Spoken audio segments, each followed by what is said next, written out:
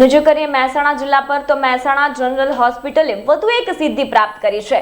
National quality certificate આપવામાં આવતું હોય છે, જેમાં લક્ષ્યનું એક સર્ટિફિકેટ અપ્લાય કરવાનું હોય છે, જેમાં 4 અલગ અલગ તબક્કામાંથી પસાર થવું પડતું હોય છે। પ્રથમ તબક્કામાં ઇન્ટરનલ એસેસમેન્ટ, જેમાં પોતાની રીતે માર્કિંગ કરવામાં આવતું હોય છે, જ્યારે બીજા તબક્કામાં રાજ્યમાંથી આવનારી ટીમ ચકાસણી કરતી હોય છે। PR એસેસમેન્ટ થાય ત્યારબાદ નેશનલ એસેસમેન્ટ તથા બાદમાં લક્ષ્યનું સર્ટિફિકેટ પ્રાપ્ત થતું હોય છે।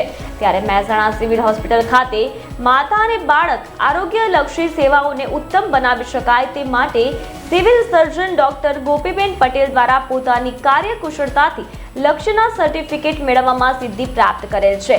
મહેસાણા સિવિલ હોસ્પિટલને ક્વોલિટી ઓફ સર્વિસનું સર્ટિફિકેટ મળ્યું છે।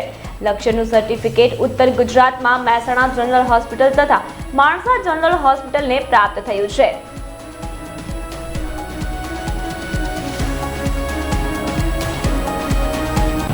આપણા ત્યાં નેશનલ ક્વોલિટી સર્ટિફિકેટ જે આપવામાં આવે છે, એમાં લક્ષ્યનું એક સર્ટિફિકેટ માટે એપ્લાય કરવાનું હોય છે। એમાં 4 તબક્કામાં પસાર થવાનું હોય છે। એમાં જે પહેલો તબક્કો છે, એમાં ઇન્ટરનલ એસેસમેન્ટ કરીને તમારે પોતે માર્ક આપવાના હોય। પછી સેકન્ડ તબક્કામાં તમારા સ્ટેટમાંથી આવે ટીમ અને એ તમને ક્વોલિફાય કરે। પછી તમારી નેશનલની PR એસેસમેન્ટ થાય, પછી સ્ટેટમાંથી આવે અને છેલ્લે તમારે નેશનલ એસેસમેન્ટ થાય। એટલે આપણા ત્યાં હમણાં 7મી તારીખે નેશનલ એસેસમેન્ટ થઈ ગયું છે અને એમાં આપણે ક્વોલિફાય થઈ ગયા છે લક્ષ્યના સર્ટિફિકેટ માટે। એમાં અમારે મેટર્નિટી ઓટીને 91.33% આપ્યા છે માર્ક્સ અને લેબર ઓટીમાં 85% આપ્યા છે માર્ક્સ।